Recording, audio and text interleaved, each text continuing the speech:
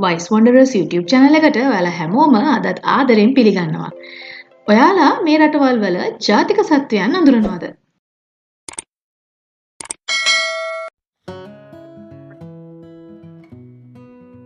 ඉතින් අදත් ආදරෙන් පිළිගන්නවා අපේ වීඩියෝ එකට අපේ යාළුවෝ හැමෝම. අද අපි කතා කරන්න යන්නේ රටවල් වල ජාතික සත්වයන් ගැන. මම දන්නවා ඔයගොල්ලෝ අපේ රටේ ජාතික සත්වයා ගැන දන්නවා. හැබැයි ඒ ඇරෙන්න සමහර වෙලාවට අපේ නේබර් කන්ට්‍රීස් වල දන්නවා ඇති. ඒ ඇරෙන්න අනිත් රටවල් වල ඔයාලා මේ දන්නේ නැතුව ඇති. සමහර වෙලාවට නම දැනගත්තත් ඒවේ ස්පෙලිංස් දන්නේ නැහැ. ඒක කොහොමද ප්‍රොනවුන්ස් කරන්න කියලා දන්නේ නැති ගැටලු ඇති. ඉතින් ඒ නිසා මම අද හිතුවා රටවල් 15ක තෝරාගත්ත රටවල් 15ක ජාතික සත්වයන් කවුද කියලා අරගෙන එන්න ඔයාලට. සමහර රටවල් වල ජාතික සත්වෙක් නැහැ. ජාතික පක්ෂියෙක් තමයි ඉන්නේ. ඒ වගේම සමහර රටවල් වල ජාතික කියන්නේ අර කෘමි සත්තු පවා ජාතික සතුන් විදිහට ඉන්න රටවල් තියෙනවා. අපි අද කතා කරන්නේ ජාතික සත්වයින් කිහිප දෙනෙක් ගැන විතරයි. තව ඉදිරියේදී මේකෙම part 2 වීඩියෝ එකකින් මම ආයෙ එන්නම්. මම ඊට කලින් ජාතික පක්ෂීන් ගැන වීඩියෝ එකක් කළා. ඒකටත් හොඳ ප්‍රතිචාර ඔයාලගේ තියෙනවා. ඉතින් මම හිතුවා මේකත් ඔයාලට මේ විදිහට සමීප කරන්න ඕන වෙයි කියලා. ඉතින් අපේ ඉගෙන ගන්න නංගිල මල්ලිලට මේ වීඩියෝස් ගොඩක් වැදගත් වෙයි කියලා මම හිතනවා. අපි එහෙනම් යමු අපේ පළවෙනිම සත්වයා කවුද කියලා බලන්න. සහ යා මොන රටේ සත්වයාද කියලා බලන්න. හොඳයි. පළවෙනියටම චීනයේ ජාතික සත්වයා තමයි මම අරගෙන ආවේ giant panda. giant panda. මෙයාව නම් ප්‍රොනවුන්ස් කරන්න අමාරු නැහැ. giant panda. මෙයාට අපි කියන්නේ giant panda. කියන්නේ පැන්ඩා කියන එකම තමයි. ඉතින් එයාගේ චූටි කාලේ පින්තූරයකොත් එයාගේ බේබි පැන්ඩා ඉමේජ් එකකුත් මම අරන් ඇවිත් තියෙනවා. මෙයා චීනයේ ජාතික සත්වයා. ඔන්න මෙයා MARKHOR. කොහොමද අපි මේක ප්‍රොනවුන්ස් කරන්නේ? මේක මකෝර් කියලා කියනවා, මාකෝර් කියලා කියනවා සමහර අය. මෙයා පාකිස්තානයේ ජාතික සත්වයා. මෙයාට අපි කියන්නේ මාගර් කියලා. මාගර්.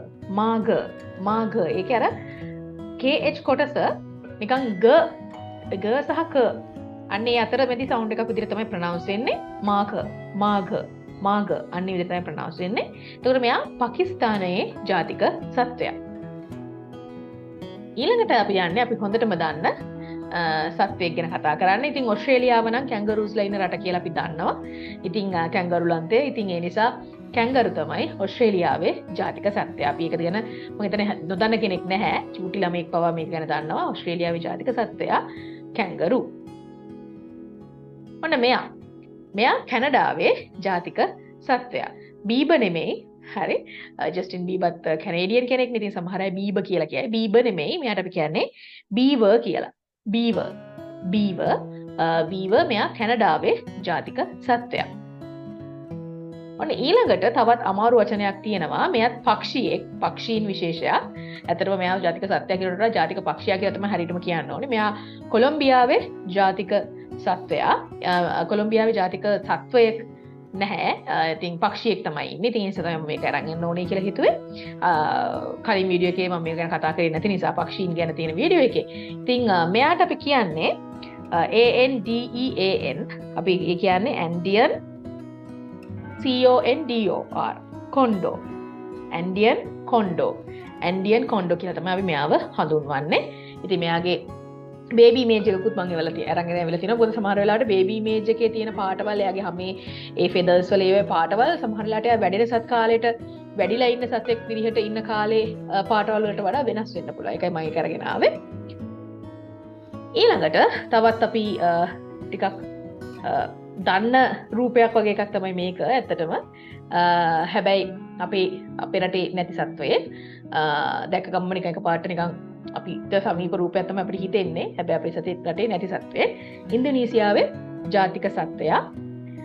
මෙයාට කියන්නේ කමෝඩෝ ඩ්‍රැගන්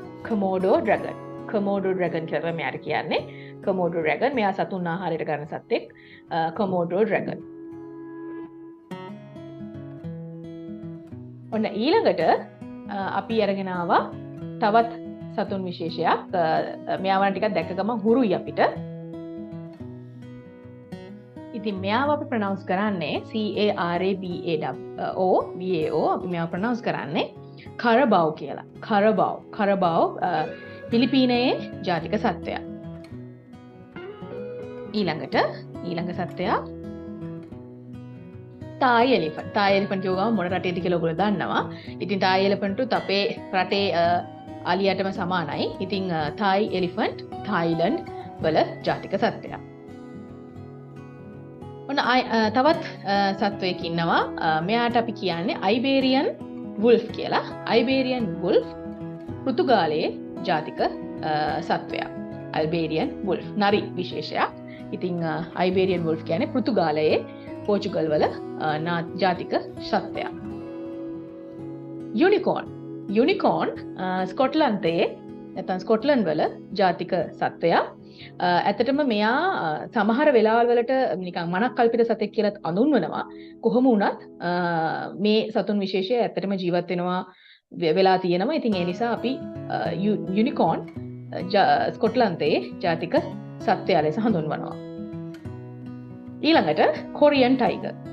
හිම මත පවා ඇවිදින්න පුළුවන්, හිමවල පවා ජීවත් වෙන්න පුළුවන්, හිම කාලගුණය යටතේ ජීවත් වෙන්න පුළුවන් කොටි විශේෂයක් ටයිගර්. Korean Tiger. ඉතින් සවුත් කොරියාවල ජාතික සත්වයා. ඔන්න මෙයා ආයෙත් තවත් අලුත් නමක් භූතානයේ ජාතික සත්වයා. දැක්ක ගම අපිට නිකන් ටකින් කියලා වගේනේ කියවෙන්නේ. ටකින් නෙමෙයි ටාකීන් තමයි මේ සතාගේ නම. ටාකීන් භූතානයේ ජාතික සත්වයා. ඔන්න තවත් අපේ රටේ ඉන්නවනේ ලෙපර්ඩ්ස්ලා. මෙයා ස්නෝ ලෙපර්ඩ් ඇෆ්ගනිස්තානයේ ජාතික සත්වයා ස්නෝ ලෙපර්ඩ්. ඔන්න තවත් හරිම හුරුබූටි සතෙක්. ලේනු කියලා කියන්නේ අපි හැමෝම ආස සතෙක්නේ. ඉතින් මෙයා රෙඩ් ස්ක්විරල්. නිකන් ස්ක්විරල් නෙමෙයි. අපේ රටේ ඉන්නවනේ ලේනු වර්ග ගොඩක්. මෙයා තවත් එක වර්ගයක්. මෙයා ඉතින් අපේ රටේ නැහැ. හැබැයි මෙයා ඉන්නවා ඩෙන්මාර්ක් වල. රෙඩ් ස්ක්විරල්. ඩෙන්මාර්ක් වල ජාතික සත්වයා. ඔන්න අපේ අන්තිම සත්වයා අදක දවසේ වීඩියෝ එකට අපි කතා කරන. මෙයාව එකපාරට දැක්ක ගමන් අපි ඇමරිකන් බීසන් කියලා තමයි කියන්නේ. ඇමරිකන් බීසන් නෙවෙයි. ඇමරිකන් බයිසන්. බයිසන් කියලා තමයි අපි දෙවෙනි වචනේ ප්‍රොනවුන්ස් කරන්නේ. මෙයා ඇමරිකාවේ ජාතික සත්වයා. ඇමරිකන් බයිසන්. හරි? ඉතින් මම ඔය වගේ චූටි වීඩියෝස් ඉස්සරහට අරගෙන එන්න. විශේෂයෙන්ම මේකේ දෙවෙනි වීඩියෝ එකම මම අරන් එන්න බලාපොරොත්තු වෙනවා තවත් සතුන් කීපයකගේම. ඉතින් මේක ඔයගොල්ලෝගේ එදිනෙදා ඔයාලගේ ජෙනරල් නොලෙජ් එකට සාමාන්‍ය දැනීමට මේව වැදගත් වෙයි කියලා මම හිතනවා. මේවා ප්‍රොනවුන්ස් කරන විදිහ ඉංග්‍රීසි නම් මේවා නොදැනගෙන හිටියා නම් ඒ දේවල් එක්ක ඉමේජස් එක්ක ඔයාලට මතක හිටියේ කියලා මම හිතනවා. ඉතින් මේ වීඩියෝ සේව් කරගන්න, ෂෙයා කරගන්න යාළුවොත් එක්ක අපේ channel එක කට්ටියට අඳුන්වලා දෙන්න. ඉතින් අලුත් subscribersලා කීප දෙනෙක්ම අපිට ඇඩ් වෙලා හිටියා මේ ළඟදී. ඉතින් එයාලා හැමෝම ආදරෙන් පිළිගන්නවා. ඒ වගේම තමයි අපේ channel එක තාමත් ඔයා subscribe කරලා නැත්නම් subscribe කරලා තියාගන්න. මොකද වටිනා වීඩියෝස් රැසක් ඉදිරියේදී එන්න නියමිතයි. ඉතින් ඒ වීඩියෝස් හැම එකක්ම ඔයාලට බලන්න පුළුවන්. ඔයාලා notifications on කරලා තියාගත්තොත් අපිව subscribe කරාට පස්සේ ටක් ගාලා ඒක ආපු ගමන්ම ඔයාලට notify වෙයි. අලුත් වීඩියෝ එකක් දාපු ගමන්ම. ඉතින් ඒ නිසා මේ වීඩියෝස් යාළුවොත් එක්ක share කරගන්න, like කරන්න.